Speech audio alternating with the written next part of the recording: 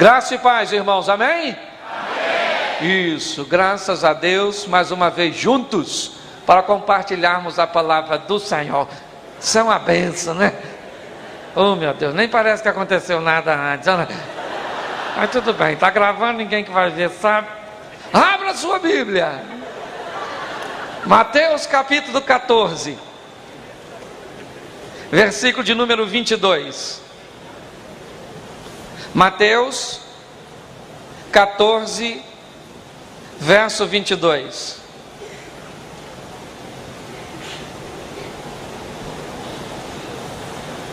Amém? Nos diz assim a palavra do Senhor: logo a seguir, compeliu Jesus os seus discípulos a passar adiante dele para o outro lado, enquanto ele despedia as multidões. Despedidas as multidões, subiu ao monte a fim de orar sozinho, e caindo a tarde, lá estava ele só. Entretanto, o barco já estava longe, a muitos estágios da terra, açoitado pelas ondas, porque o vento era contrário. Mas na quarta vigília da noite, foi Jesus ter com eles andando por sobre o mar. E os discípulos, ao vê-lo andando sobre as águas, ficaram aterrados e exclamaram: é um fantasma! E tomados de medo, gritaram. Mas Jesus imediatamente lhes disse: tende bom ânimo, sou eu, não temais. Respondendo-lhe Pedro, disse: se és tu, Senhor, manda-me ir ter contigo por sobre as águas. E ele disse: vem. E Pedro, descendo do barco, andou sobre as águas e foi ter com Jesus. Reparando, porém, na força do vento, teve medo, e começando a submergir, gritou: salva-me, Senhor. E prontamente Jesus, estendendo a mão, tomou e disse-lhe: homem de pequena fé, por que duvidaste?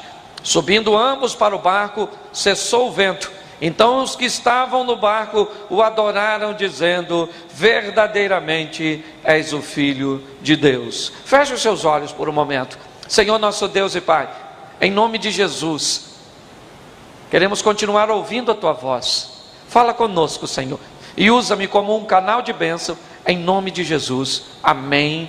Glória a Deus. Amém? Eu quero falar com vocês sobre coisas que nós encontramos apenas nos vencedores. Nós ouvimos muito falar de vitória. E qual é o segredo da vitória?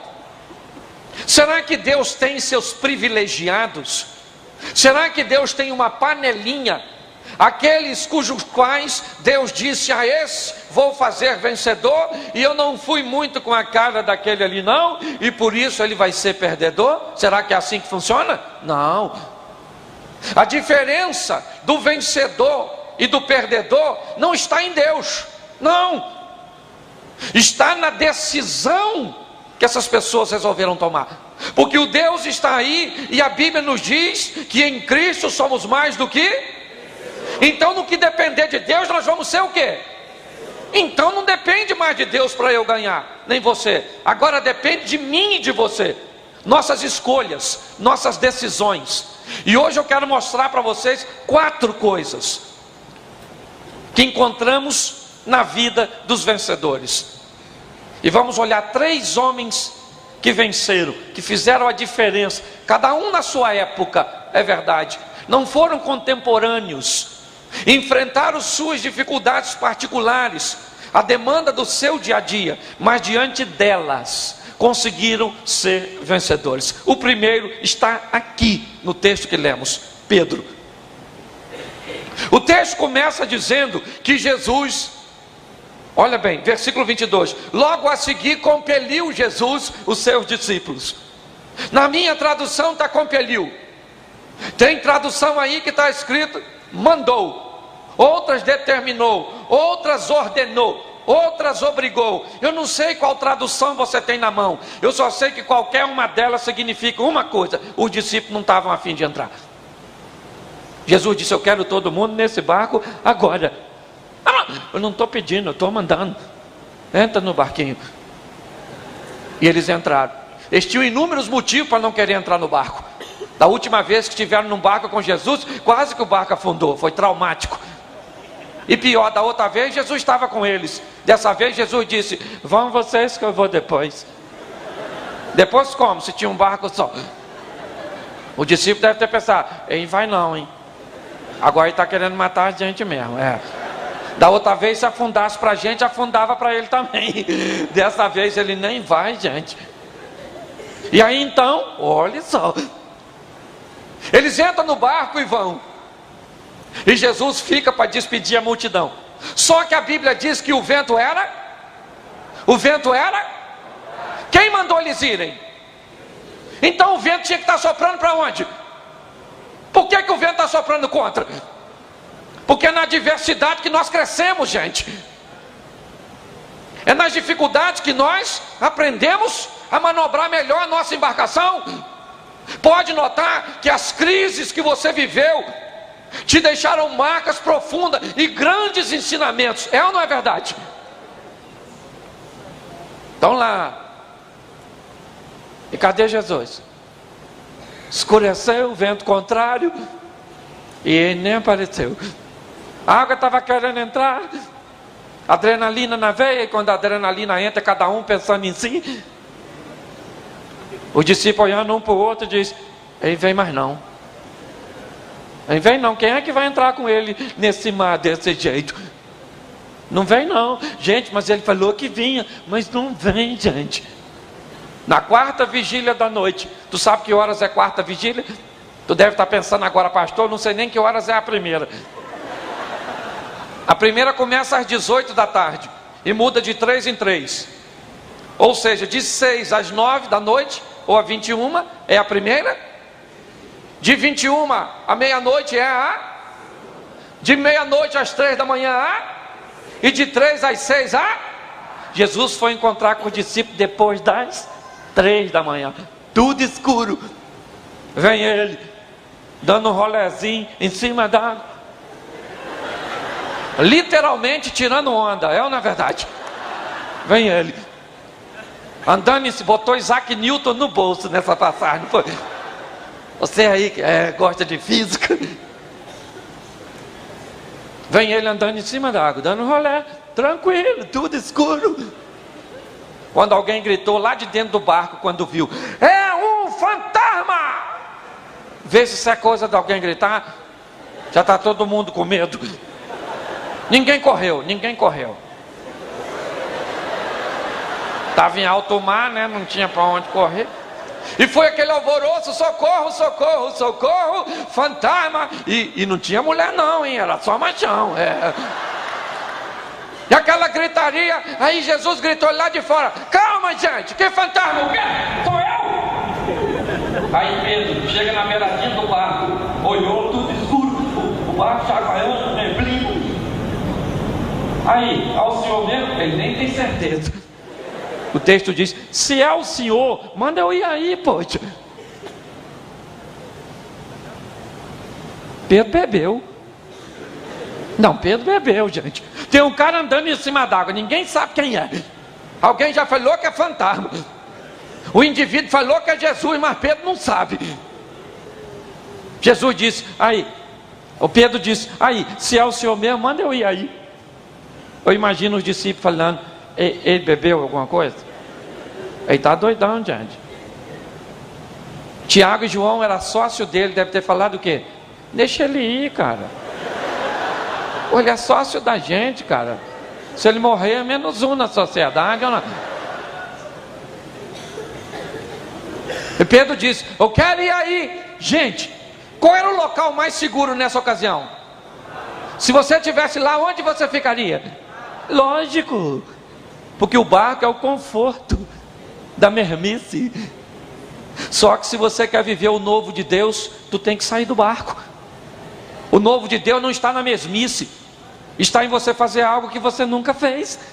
Porque a hora que você fazer algo que você nunca fez, você vai viver algo que você nunca viveu. Ah, pastor, na minha vida não acontece nada de novo. O que tu faz de novo, miserável? Você não faz nada de novo. Então como é que você quer coisa nova? É ou não é? Pedro falou: eu quero ir aí. Jesus falou o quê? Pedro! Você é doido, Pedro? Andar em cima d'água, menino? Para andar em cima d'água tem que ter uma técnica milenar.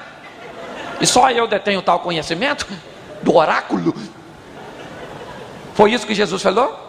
O que Jesus falou para Pedro? Vem, Pedro, tá afim de andar em cima d'água? Parei, nem vou mais. Vem, Pedro, andar em cima d'água. Eu acho isso fascinante, gente. Quem é que estava andando em cima d'água? Até então era um fantasma. Pedro diz sim, um aparente fantasma. Jesus diz: Pedro, vem andando em cima d'água. E Pedro sai do barco, vai andar em cima d'água. Primeira pergunta: quem foi atrás dele? Ninguém, porque quando Deus mandar você fazer algo de novo, não espere que os outros façam. Se Deus falou contigo, faça você. Amém? Eu queria que todo mundo me seguisse. Tu vai olhar para trás e não vê ninguém. É só você. Tinha ninguém saindo, ninguém foi atrás de Pedro. Pedro vai andando em cima d'água. Olha que coisa linda. Deixa eu te perguntar uma coisa. Muitos de nós ficaríamos no barco. Por quê? Porque temos medo do novo. Fazer algo de novo pode dar errado. Por isso é melhor fazer o que todo mundo está, porque nós já sabemos isso. Só que se você não está satisfeito com o que está acontecendo com os outros e quer que algo aconteça de novo com você, está na hora de tu fazer o que nunca fez. Oferte como nunca ofertou, para prosperar como nunca prosperou. Ame como nunca amou, para ser amado como nunca foi. Trabalhe como nunca trabalhou, para ser promovido como nunca foi. Mas se o meu patrão não me promover, Deus abre outra porta e te coloca num lugar melhor. Faça algo, tu não faz nada de novo e quer viver coisa nova. Prego muito para a família: trata sua mulher, faça algo que você nunca fez para sua mulher. De bom, lógico. Você vai ver algo de bom que ela nunca fez para tu. Isso. Mas não, faça algo de bom para a sua saúde. Não faz nada, come a pele do frango, a gordura da picanha. Na verdade, o doce que não pode ver. Aí a glicose está lá em cima, que é o culpado? O capeta. O capeta botou seu sangue doce.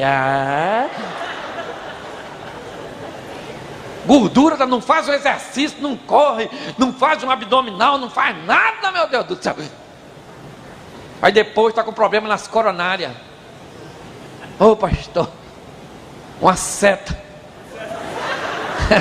Seta de quem, velho? Eu imagino você falando: Senhor, me cura. Olha o que o diabo me fez. Eu imagino o diabo falando com Deus: não fiz nada, cara. Tudo bem que eu já sou culpado, mas botar tudo na minha conta já é demais, não é?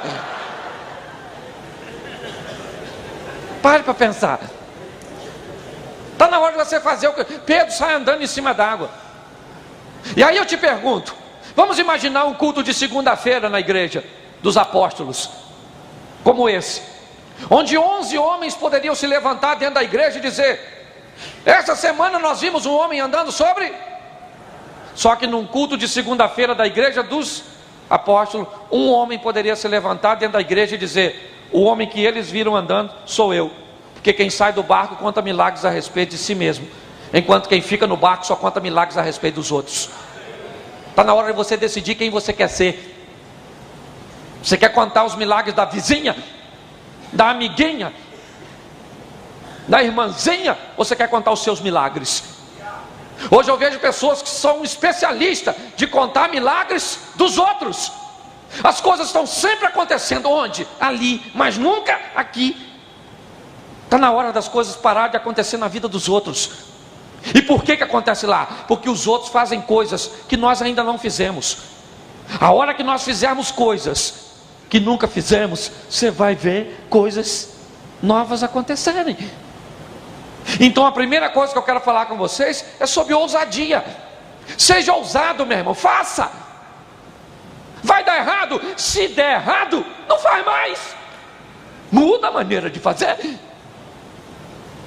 Você acha que para mim foi tranquilo pregar desse jeito?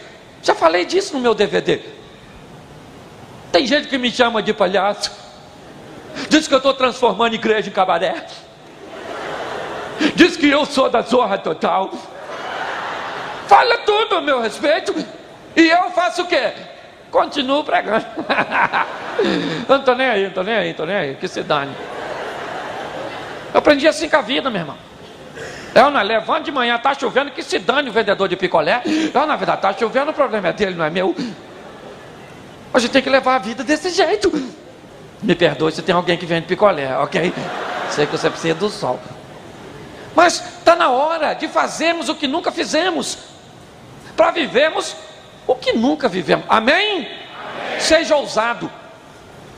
Ah, pastor, o que é que eu tenho que fazer de novo? Aí, meu filho, eu vou cobrar para falar. Se eu tiver que falar o que você... A mim já me basta saber o que eu tenho que fazer de novo para a minha mulher, que não é fácil. Agradar que a mulher, ou mulher exigente. Ana, agradar os meus filhos, que também tem 2, só Jesus. Às vezes nem parece que eu fiz. Parece não, o que é isso? As coisas que eu... Tem que agradar tanta gente, fazendo coisa nova. Ana, ousada. Seja ousada, mulher. Quem é a mulher que está aqui hoje que o marido não está? Levante a mão. Isso. Chega em casa hoje, irmã. Pegue seu marido distraído, agarre ele e beije na boca dele. Fia a língua lá dentro. Não é bem... É a língua mesmo. Gal. Quando você olhar para ele, ele vai estar assim, ó. O que foi, mulher? Você disse, o pastor mandou bem sair do barco. Próxima segunda-feira ele está aqui levantando a mão. Eu quero aceitar esse Jesus que manda a mulher beijar desse jeito. Faça algo novo. Amém? Vamos para o segundo texto. Isso. 1 Samuel, capítulo 17, versículo 24. 1 Samuel 17, 24. Vamos ver um segundo vencedor. Pedro nos ensina a ser ousado. Vamos ver a lição que recebemos com Davi. Diz assim, capítulo 17 de Samuel, 1 Samuel, verso 24. Todos os israelitas, vendo aquele homem, fugiam de diante dele e temiam grandemente. Quantos homens de Israel? Quantos? Todos olhavam para o gigante e sentiam o quê? Medo. Porque todas as vezes que você tiver um problema e olhar para ele, você vai ficar com... Porque problema não é lugar de botar a sua atenção. Os nossos olhos e a nossa atenção tem que estar onde? No Senhor. Parece o problema, você diz, nossa, que problemão. Pode ser desse tamanhozinho, mas vira um monstro. Já correu de folha fazendo assim, no escuro? Você olha assim a folha lá longe, a sombra dela aqui. Nossa, que monstrão. Já morei na roça, já corri e muito. Corria de uma folha balançando. Que você olha para a folha, nossa, que... Depois voltava lá com meu pai, cadê o monstro? Meu pai falava, quero ver esse monstro. Eu falei, pai, ele vai pegar o senhor. Ele é muito grande. Vamos voltar lá, filho. E o monstro estava lá. Eu falei, vai lá, pai, o monstro. Aí o pai ia lá na folha e fazia assim, vê como é que ele mexe rapidinho. Eu falei, era esse aí o monstro? Você olha para o problema, nossa. Ele se potencializa e destrói você. Todos os homens olhavam para o gigante. O gigante era o problema. E o gigante fez uma proposta muito legal: que não houvesse guerra entre Israel e os filisteus, mas que um soldado valente de Israel aceitasse um duelo contra o gigante Golias. E ninguém aceitou não. Tinha valente lá não. Estava todo mundo no mesmo barquinho. Olhava para o gigante e dizia, grande, hein? Os mais religiosos deveriam dizer, benza a Deus. Foi criado na mão esse cara, hein? Aquela coisa imensa. E o gigante durante 39 dias falava assim: tem algum homem aí? Em Israel ninguém falava nada, ficava assim, lá, lá, lá. Nem ouvi. Mas vale um covarde vivo que um herói morto. Falar no machuca, machuca é a mão dele, deixa ele falar. Acho até que esse gigante era meio esquisito. Um cara 39 dias pedindo um homem. Deixa esse troço quieto, não, na verdade. Mas esse gigante precisa de um... No 40º dia, chega no Vale de Socó um garoto, puxando um jumentinho com um pãozinho, um queijinho e um leitinho. Coisa de mineiro. Estacionou o jumentinho dele. E nesse exato momento, quem é que saiu? O gigante. Aquela coisa. E gritou: tem algum homem aí? Só falou porque não tem juízo. É ou não é verdade? Esse não vale, é café com leite. É ou não é? A criança não sabe o que está falando. Aí, gente, Davi falou: hã? O irmão dele mais velho falou: cala a boca agora e vai apacentar as ovelhas do papai, seu pretensioso. Olha o tamanho do gigante. Davi falou: não, não, não. O que vão dar para quem matar esse gigante? Alguém falou: ó, 3 prêmios. Primeiro, fica rico, mas tem que estar vivo. Segundo, casa com a filha do rei. Gente, aquela princesa devia ser o sonho de consumo de todo menino de Israel. Aquela japonesinha, se não era japonesa tinha nome, Mikau. É ou não é? Casa com a japonesa. Terceiro prêmio, a casa dele nunca mais paga IPTU, IPVA, ICMS, ISS, não paga mais imposto nenhum. Davi falou: pode falar para o gigante que eu arrebento ele. O cara falou: fala com o gigante, meu irmão, eu e ele vou arrebentar esse gigante. O que o pessoal falou? Maconha. Isso é maconha, pode ter certeza. Esse garoto fumou um bagulho muito doido. Isso é crack, cocaína, metanfetamina, é ou não é verdade? Para destruir. Esse menino tá doidão. Porque é assim, gente. Quando Deus manda você fazer algo de novo, todo mundo vai achar que você ficou maluco. O pessoal falou: droga. Davi falou: pode falar com o gigante, eu mato ele. Alguém deve ter falado: tá com o olho vermelho, olha. Ele falou: esse menino tem juízo não, juventude, né? Isso é droga, sexo, rock and roll. Isso é Woodstock. Aí então, falaram assim, eu imagino o pessoal conversando: deixa ele ir. Quem quer matar o gigante? Esse metidinho. Sabe o que eu tenho aprendido nessa vida?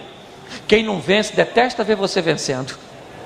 Quem não faz detesta ver você fazendo. E fica tudo torcendo para não dar. É ou não é? Vai morrer, vai morrer. O gigante vai te matar. Alguém falou: pô, leva esse menino para Saul, para ver se Saul autoriza ele ser o representante legal de Israel. Que vergonha, um garoto desse. Alguém chegou lá e falou: Saul, trouxe o menino aí, ó. Você conhece ele, Davi, toca aí para você. Músico, sabe como é que é, né? Novo. O pessoal falou que é maconha, porque se você souber o que ele falou na frente de todo mundo, ele falou que quer encarar o gigante. Saul, faz o exame toxicológico nesse menino, faz. O cara deixou Davi, aí Saul falou assim: ô Davi, menino, deixa eu falar uma coisa para tu. Você está querendo me arrumar mais problema, cara. Você é o cara que toca para me dormir. Não tem Gadernal, Lexotan, Diazepam, não tem nada disso. Você morre, como é que eu durmo? Para com essa ideia de encarar o cara. O cara quase matou a mãe dele no nascimento. Você quer encarar o cara que é matador desde garotinho, rapaz? Você nunca matou ninguém? Davi falou: alto lá, não é assim não. Estava eu apacentando as ovelhas do meu pai, ô Saul, e veio um leãozão querendo pegar uma ovelhinha. Eu falei, aí leão, aqui tem pastor, meu irmão. O leão não acreditou em mim. Eu arrebentei o leão, matei o leão. Em outra ocasião, o urso, que não sabia da história do leão, veio querer tirar a farinha. E eu matei o urso também. Se esse camarada é campeão dos filisteus, eu sou o rei da selva. Eu mato ele. Deixa eu fazer uma pergunta para você, muito séria. Para você chegar aqui hoje, quantos leões e ursos você já venceu na sua vida? Qual foi deles que te destruiu?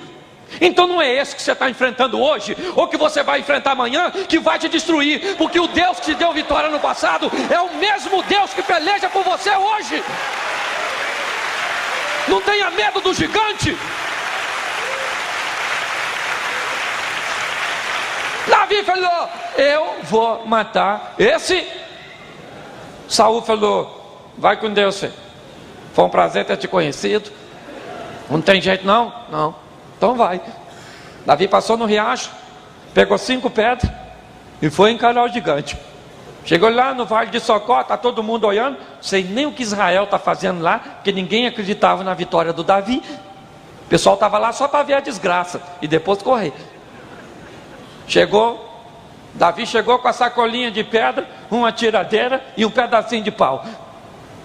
O gigante tinha armadura, lança, capacete. Na verdade, botina. O cara está equipado. Aquela coisa, parecia um tiranossauro rex. Aquela coisa imensa. E Davi chegou com a sacolinha, tiradeira, olhou para o gigante. O gigante ficou nervoso. Falou, garoto, é você que é meu oponente? Eu vou matar você, menino. Eu vou matar você agora. E outra coisa, não vai ter enterro não, que eu não vou deixar te enterrar. Eu vou botar você aí, vou abrir você no meio e os bichos vão vir te comer. Eu imagino os soldados de Israel falando, precisava morrer assim não. Conheceu ele? Menino bom, rapaz. O pessoal falou que esse negócio de droga, né? Cracolândia. Ele ficou doido de repente, assim, do nada.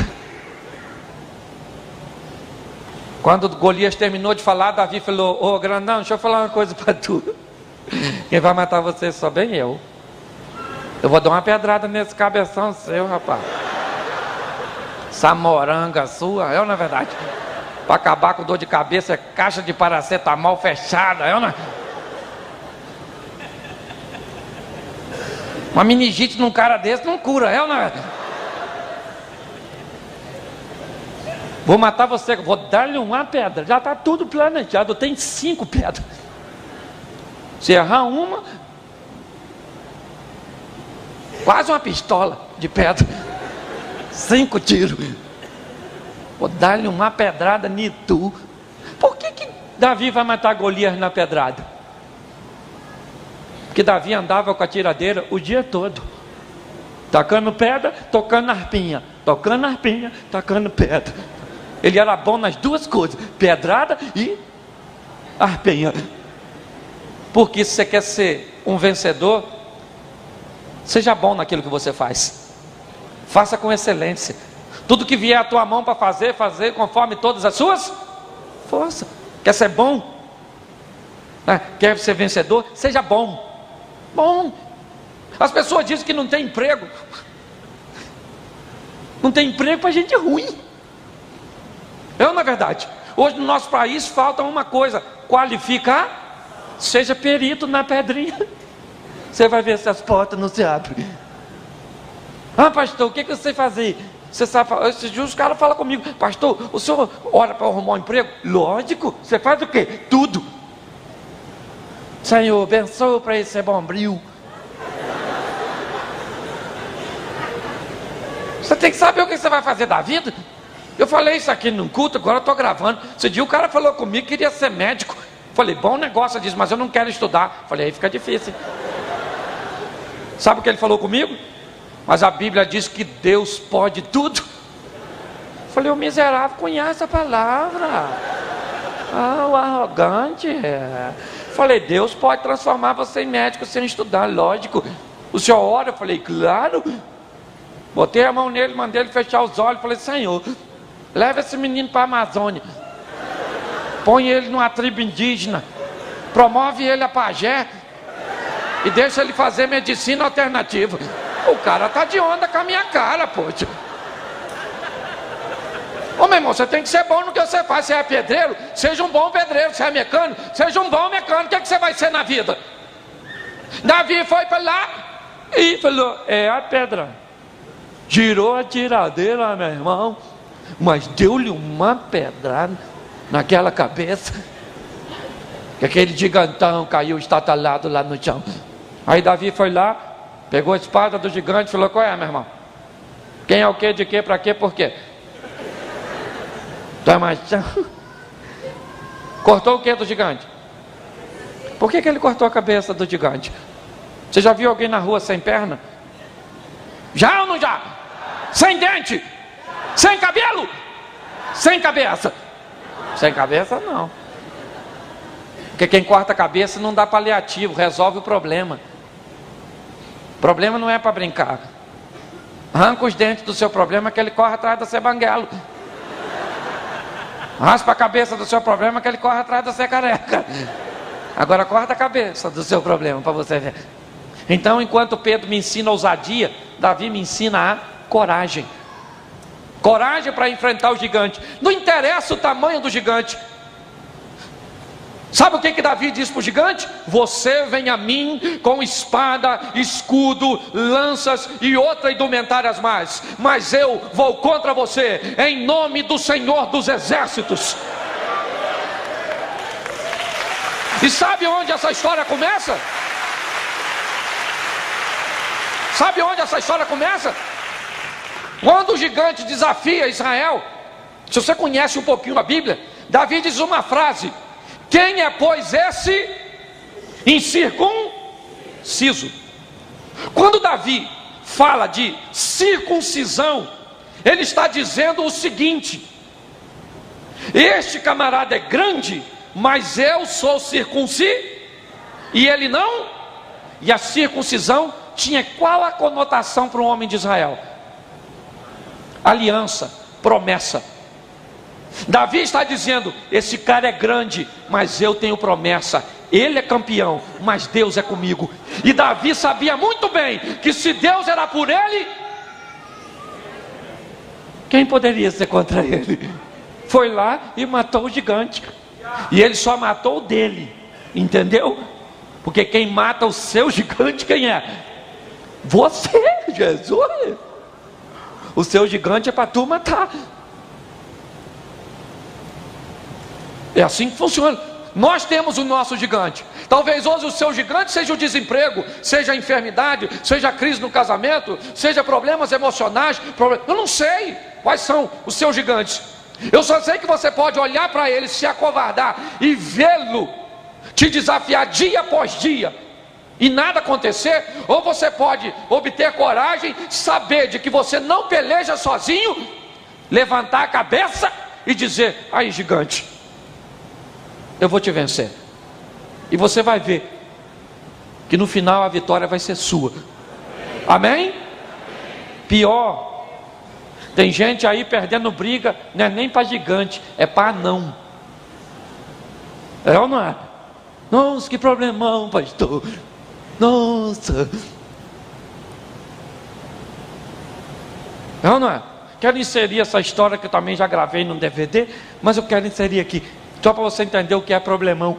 Estava saindo da igreja uma certa vez e uma moça veio e me chamou e disse: pastor, eu estou com um problema muito grande. E eu estava atrasado, querendo ir embora, e ela disse, começou a chorar. E eu falei: o que é? Ela disse: pastor, eu estou com um problema muito sério. Eu falei: fala, filho, você é sério? Eu até perdi a pressa. Pastor, eu plantei uns pezinhos de alface lá na minha casa. E eu falei: alface deve ser sério? Vamos ouvir, né, gente? Aí, pastor, minha vizinha tem uma galinha. A galinha bem voa, pastor. Minha casa é morada, tem uns fios de arame, mas ela voa e passa lá para o meu lado, pastor, de madrugada. E quando eu levanto de manhã, pastor, o meu canteiro está tudo ciscado. Pastor, não sei mais o que eu faço. Pastor, eu não durmo mais, pastor. Eu já falei com ela, pastor, mas eu não estou aguentando. Uma galinha me prendendo ali. Minha vontade era falar: irmã, mata a galinha, paga a irmã depois. Se ela não fez nada, mata ela. Quando eu era novo, sabe o que a gente fazia? Botava milho no anzol, jogava no quintal para a galinha comer. Coisa mais fácil de pegar a galinha. E ela chorando por causa da galinha. Pensei que era a galinha do Jaspion, que vira aquele monstro. Devia ser.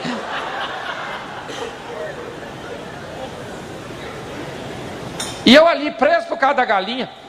E ela falou: pastor, o senhor ora? Eu oro para quê? Para Deus resolver o meu problema. Falei: é difícil o seu problema, hein? Uma galinha desse tipo, voadora. Crente, gente, crente é um barato, não é verdade? Falei, fecha os olhos aí, irmã, que eu vou orar, porque ela estava chorando. Para mim era só uma galinha, para ela era um monstro, um galeão, aquele bicão grandão. Cocorococó, um galeão. Aí então eu botei a mão nela, fiz a oração mais hilária de toda a minha vida. Botei a mão na irmã e disse: Senhor, quase que eu errei, quase que eu falo: Senhor, toma essa galinha na tua mão. Quase, foi por um triz que eu não errei.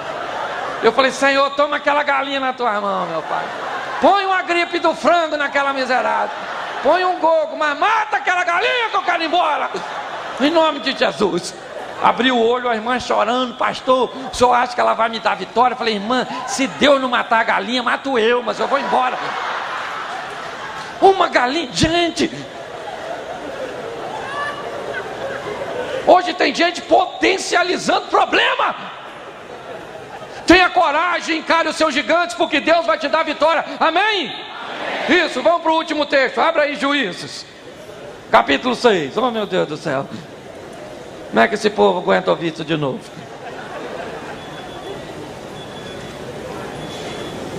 Juízes 6, 11. Amém? Com Pedro aprendemos ousadia, com Davi coragem. Vamos ver o que aprendemos com Gideão. Verso 11. Então veio o anjo do Senhor, assentou-se debaixo do carvalho que está em Ofra, que pertencia a Joás, a Birezita, e Gideão, seu filho, estava malhando trigo no... Onde? Isso, deixa eu perguntar de novo. Quem aqui não sabe o que é lagar? Só para me saber, levante a mão. Isso, pode levantar a mão, só para me falar o que é.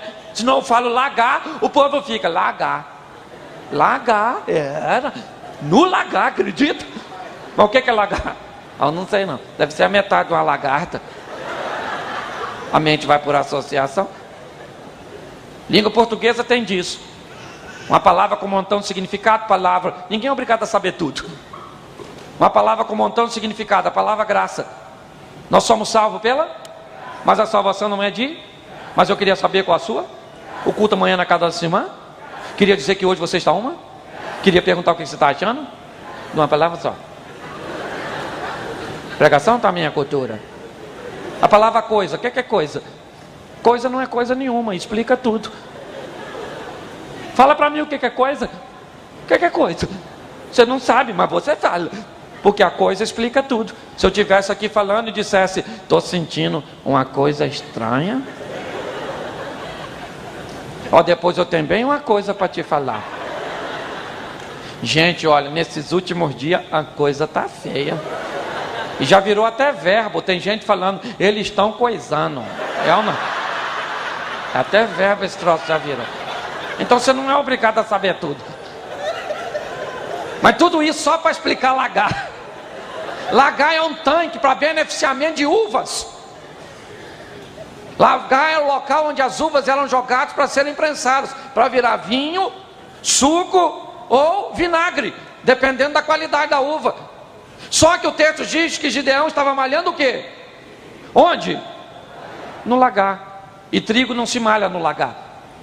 Trigo se malhava numa eira, que era um campo aberto. Passava-se algo por cima e depois juntava com a pá. E o que a Bíblia quer dizer com um homem que malha trigo no lagar? Gideão tinha um trigo, e ele precisava de uma eira, mas a eira que ele precisava ele não tinha. O que ele tinha era Então lagar representa a sua realidade, enquanto eira representa o seu ideal. E eu aprendo com Gideão algo muito importante na vida de um vencedor. Enquanto você não tem o que você quer, você trabalha o que você tem. Encare sua realidade. Ela é dura, mas é sua. Ah, pastor, eu não tenho o carro que eu quero. Mas o que tu tem? Um fusquinha? Uma bicicletinha? Uma motinha? O que você tem? Ou só o sonho? Trabalhe para ter o que você quer. Ah, eu não tenho a casa. Tudo bem, meu irmão. Mas o que você tem? Não faça vista grossa para o que você tem. Encare o que você tem. Administre o que você tem. Seja fiel naquilo que você tem. E Deus vai colocar você onde você sonha estar. Hoje eu vejo gente negligenciando sua realidade. Realidade foi feita para ser encarada, minha irmã. O que é? A sua família toda desarrumada? Essa é a sua realidade? Qual é o seu sonho? Ver sua família restaurada? Vai ter que trabalhar a sua realidade para alcançar seu ideal. Faça como Gideão. É apertado? É desconfortável? Mas eu vou malhar o trigo onde? No lagar, porque é o que eu tenho. O dia que ele foi lá e se levantou contra os midianitas e venceu os midianitas, provavelmente depois quiseram que ele se tornasse líder, ele rejeitou. Mas a partir da vitória, ele tinha uma eira para malhar o trigo. Mas naquela época não. Hoje, talvez, você não tenha quase nada. A sua realidade sabe qual é? Um coleginho, lá no meio do mato, com o nome de Brizolinha.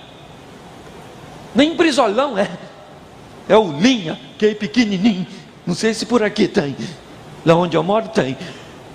Sabe? E aí? E você sonha com uma faculdade pública. Puxa, como eu vou concorrer com aqueles meninos que estudam no Pedro II? Como eu vou concorrer com aquelas pessoas? Eu tenho um sonho de entrar numa UFRJ. É o Brizolinha? Esses dias eu estava pregando na comunidade do Jacarezinho. Uma mensagem compatível com aquela situação. E uma menina que estudava numa escola daquela comunidade, foi dar um testemunho de que tinha um sonho. E o sonho dela não era tão alto, era estudar na Estácio. Mas de onde ela vinha, onde o dinheiro faltava até para alimentação, como aquela garota, ela estudou, encarou sua realidade, fez uma prova para Estácio e ganhou uma bolsa integral. Por quê? Nossa, eu estou aqui, ninguém gosta de mim, meu Deus, é tão difícil. Meu irmão, é difícil para todo mundo, não é só para você. Você acha que é fácil? Não é. Mas encare suas realidades. Não é muito divertido falar isso, né? Mas é a verdade. Você está diante de uma realidade dura, enfrente-a. E você vai ver que é só uma questão de tempo. E Deus vai se levantar a teu respeito. E vai te dar vitória. Amém? Ousadia, coragem, encarar a realidade. Vamos à última, no verso 15 de Juízes 6. E ele disse: ai, Senhor meu, com que livrarei Israel? Eis que a minha família é a mais pobre em Manassés, e eu o menor na casa do meu Quem está falando isso? Quem está falando? Para quem? Para quem? Para o Senhor. Olha o argumento que Gideão tem para dar a Deus, para justificar. Olha só a situação. Ele chama a Deus e diz: Senhor, deixa eu explicar uma coisa para o senhor. Eu não sei se o senhor sabe, mas a minha família é a mais pobre. Para ser um líder no meio do meu povo, eu teria que ter a influência do dinheiro, e eu não tenho.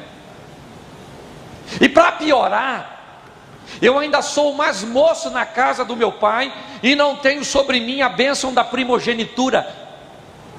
Ou seja, todas as circunstâncias tendem a uma coisa. A leitura que Gideão tinha era a seguinte: você não é capaz, você não pode viver isso não é para você. Gente, preste atenção nisso, porque isso é muito sério. Nós precisamos vencer as limitações impostas pelas circunstâncias. Você vai olhar muitas vezes e não vai ver rota de fuga.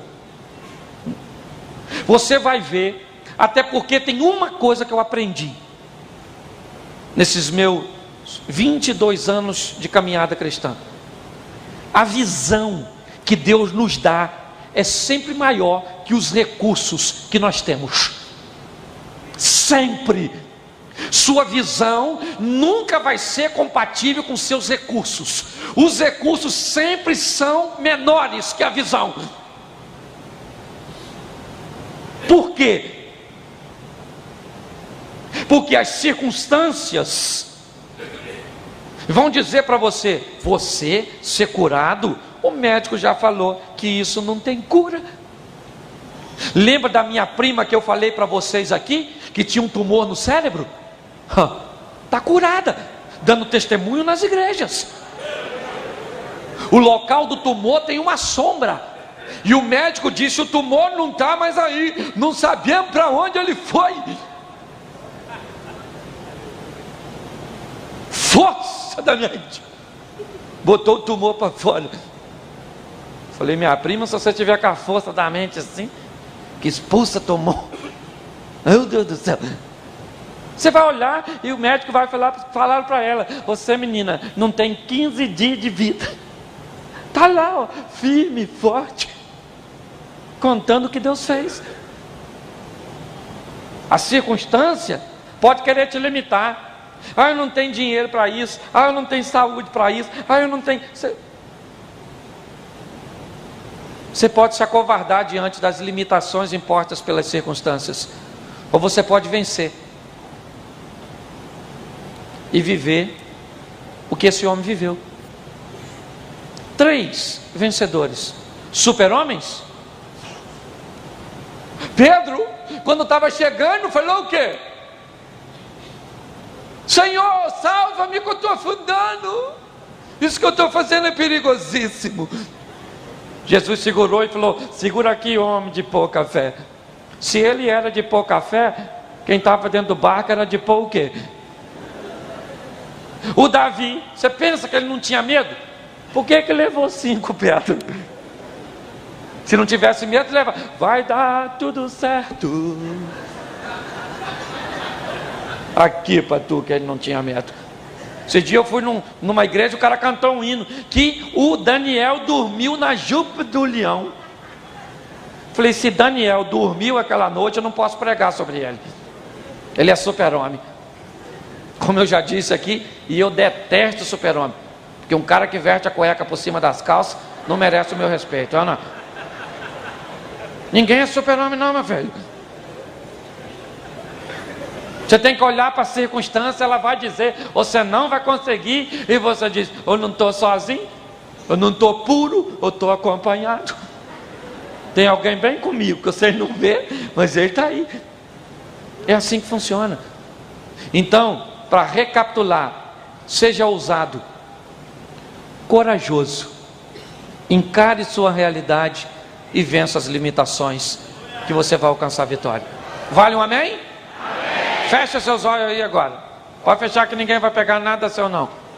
Mas por via das dúvidas, segura a bolsa. Sei lá. Deixa eu fazer uma perguntinha só. Simples. Estamos em cima da hora. Talvez hoje você esteja querendo mudar de vida. Ter coragem para enfrentar esses gigantes aí. Ter ousadia para sair do barco. Está pronto para encarar suas realidades e vencer as limitações das circunstâncias. Nessa igreja quem age é o Espírito Santo de Deus. Eu só quero perguntar a você, que talvez esteja longe dos caminhos do Senhor e está querendo mudar de vida. Tem alguém aqui hoje que pode fazer isso, te dar vitória. Por isso, se tem alguém nesta noite que quer receber Jesus como Senhor e Salvador, ou retornar para os caminhos do Senhor porque você está desviado, eu quero que você levante sua mão e eu quero orar por você. Se tem alguém assim, só se tiver. Isso, lá atrás tem uma pessoa. Tem mais alguém? Levante sua mão assim, junto comigo. Isso, você que levantou sua mão, saia do seu lugar e vem aqui. Isso, fica com vergonha não, que você não vai vir sozinho. Está vindo outras pessoas aí. Vem aqui. Levante sua mão. Saia do seu lugar. Tem alguém aqui hoje que pode mudar a sua história. Isso. Fique intercedendo, irmãos. É um momento de batalha. Tem pessoas, né, que estão querendo tomar essa decisão, mas esse momento é um momento muito difícil. Isso, pessoal que está descendo aí da galeria, vem aqui. Isto. Glória a Deus.